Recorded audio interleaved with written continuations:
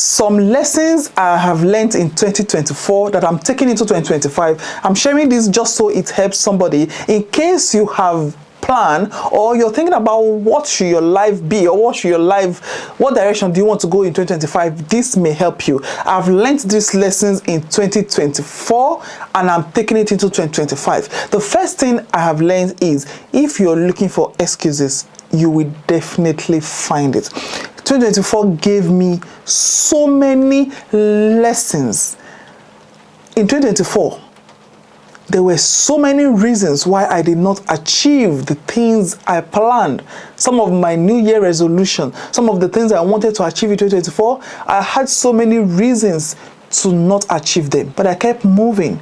In 2024, I experienced the most stressful, the most traumatic history, days, months in my life. For more than half of the year 2024, I was in so much stress. I don't know if some of you could tell, but I kept showing up. At the end of the day, that whole stress went away.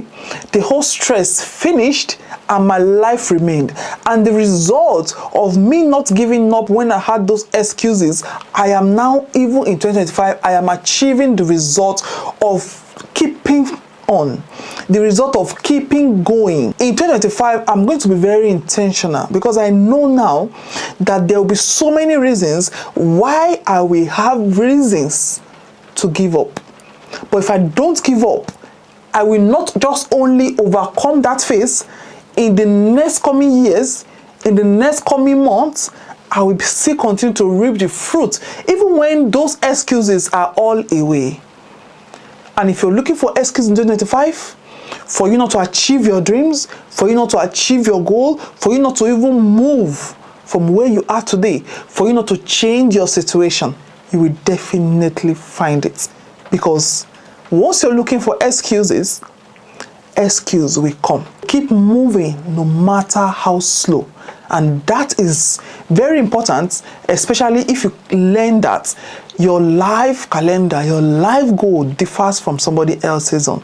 Look, there are so many things in life, especially with the area of social media, where you want to compare yourself with others and you feel like, look, I have been this for so years, why is this thing not happening to me? I have been this for so months, why is this not happening to me? I've worked hard, I've done this, I've done that, I've sacrificed this. Even this person that is getting all these things, they did not even put half the effort I am putting.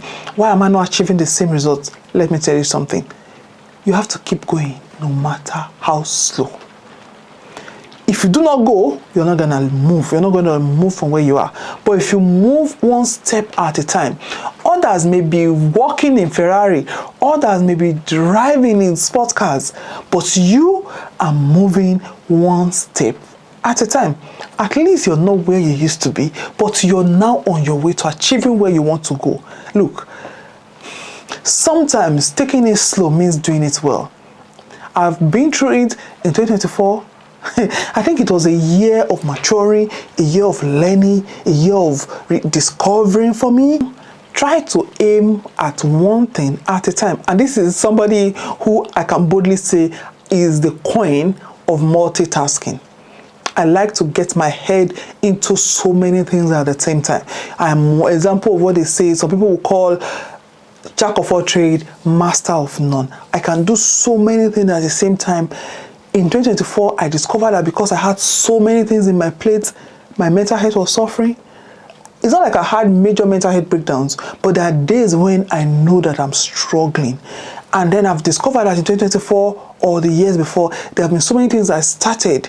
There were classes I registered for, there were trainings I put myself on, there were activities I involved myself in, there were leaderships I took, there were parties I planned, there were things, so many occasions, there were so many things I planned. I spread myself so thin that at the end of the day, even I knew I achieved, let's say 50% of the things I wanted to achieve in 2024. By the time I finished, I was exhausted. I was done. I was drained. No wonder I ended the year with being unwell. I was unwell. I was drained. I was shattered. I just couldn't give up. If giving up were to be my option, I would have given up in 2024. But 2025, I've told myself, Gloria, you're going to take one goal at a time. And if that goal is so lengthy, let's say there's a goal that can be 1 year, I will take a smaller goal that is closer, achievable, realistic, but it's not going to be as stressful, that I wouldn't need much effort to put in like the major goal that I have. I'm going to have one goal at a time, because doing this, even though I know I'm a queen of multitasking, is going to help me to not just always be stressed. I know some people on my Facebook page will say, Gloria, why are you always looking tired? Because I spread myself so thin, I could tear. I now understand the importance of being available for myself also. I am available for my family, available for my in-laws, available for my children, available for my husband, available for my sisters, available for my job, available for my viewers, available for my content, but I am not available for myself. I wasn't available for myself.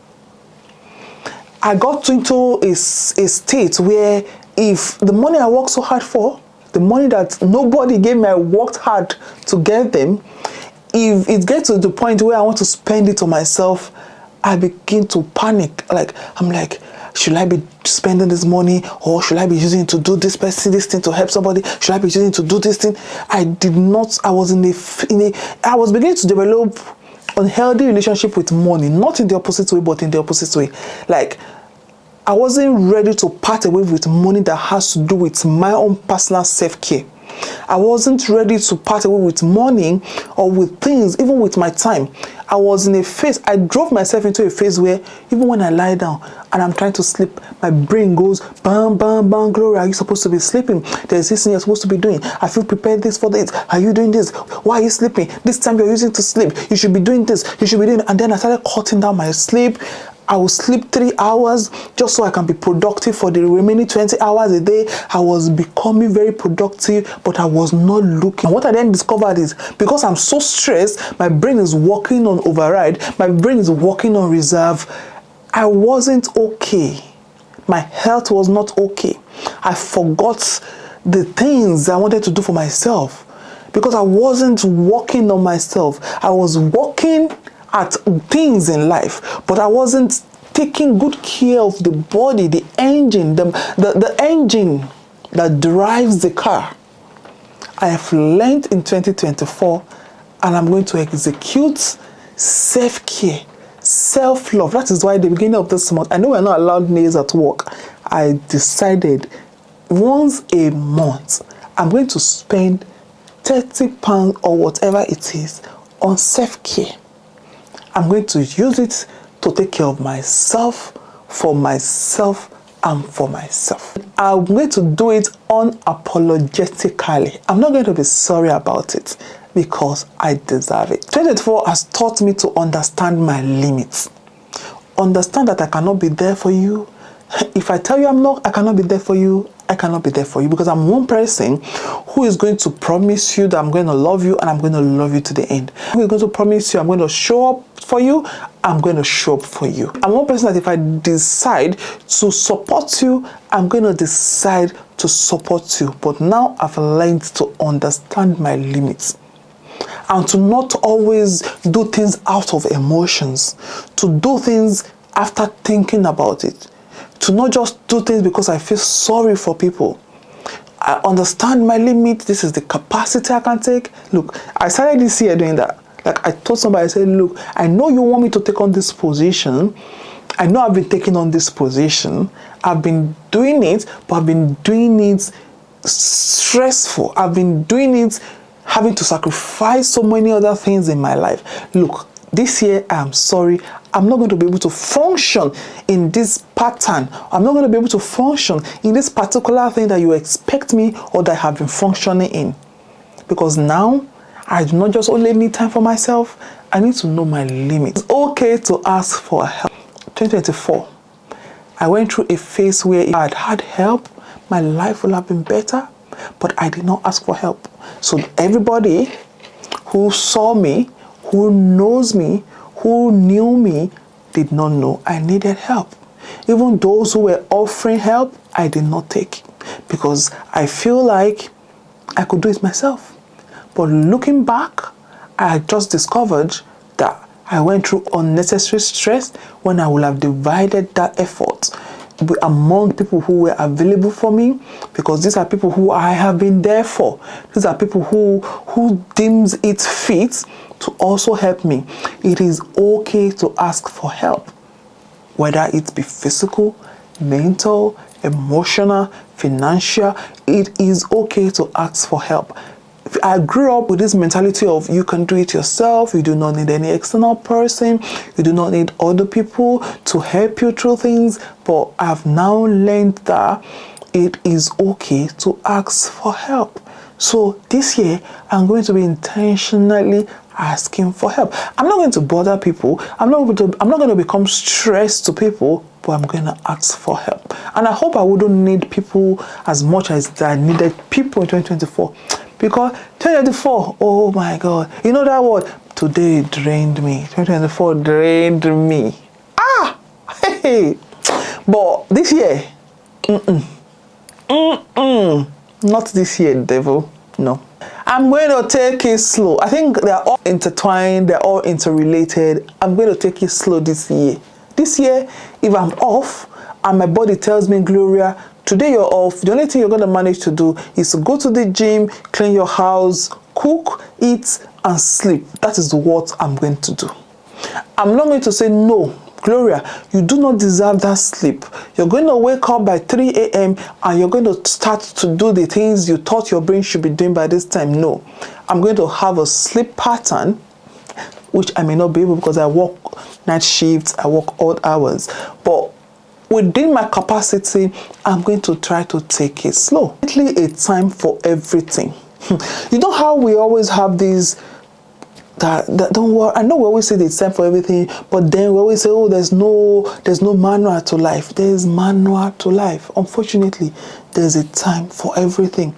This phase that I am is a phase where I should work hard, work smart, grow up, develop myself, live happy while doing that, be there for my children, spend so much time for them, because my children are beginning to show me that they're not going to be by my babies forever. For instance, I woke up, I was making dinner. It was late up until 11, even in the night. I was cooking, I was trying to fry plantain, doing everything just so my children have what they're going to eat the next day, because my husband was not around at the time and I wanted to get everything ready before I went to work. My mom is around, but I just did not want her to be stressed. Okay. The next morning, 6 o'clock, I woke up and I was going to work. I was actually trying to tiptoe. My older son woke up and came to me and was almost teary. I'm like, what's wrong with you? He said, Mommy, thank you for everything you do for us.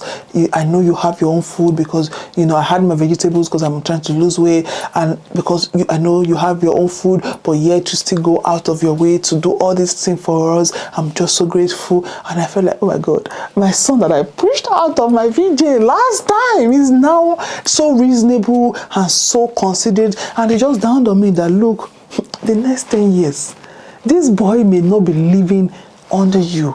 The next so years, this boy is going to be grown and moved out. What is important now is trying to create that impression, or trying to show him that you're a good mother, in not just only working hard to provide financially for them, to give them a better future, to give them a better option in life, but also being there for you, being there for my family, being there for my close ones.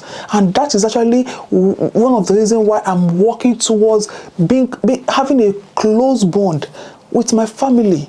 2024 also taught me wherever I go, to round it up, where I go, I need to have a community, not just a community, a strong, responsible, reliable community. Because something happened that made me think, oh my God, if I am in a country where I have no family, where I have no one, I will want somebody to be there for me.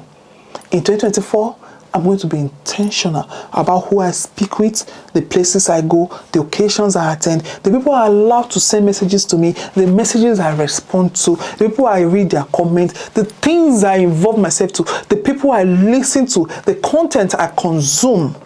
I'm going to be extremely intentional. Thank you so much for watching. I remain your humble baby girl, your baby girl of life, Gloria Utiko.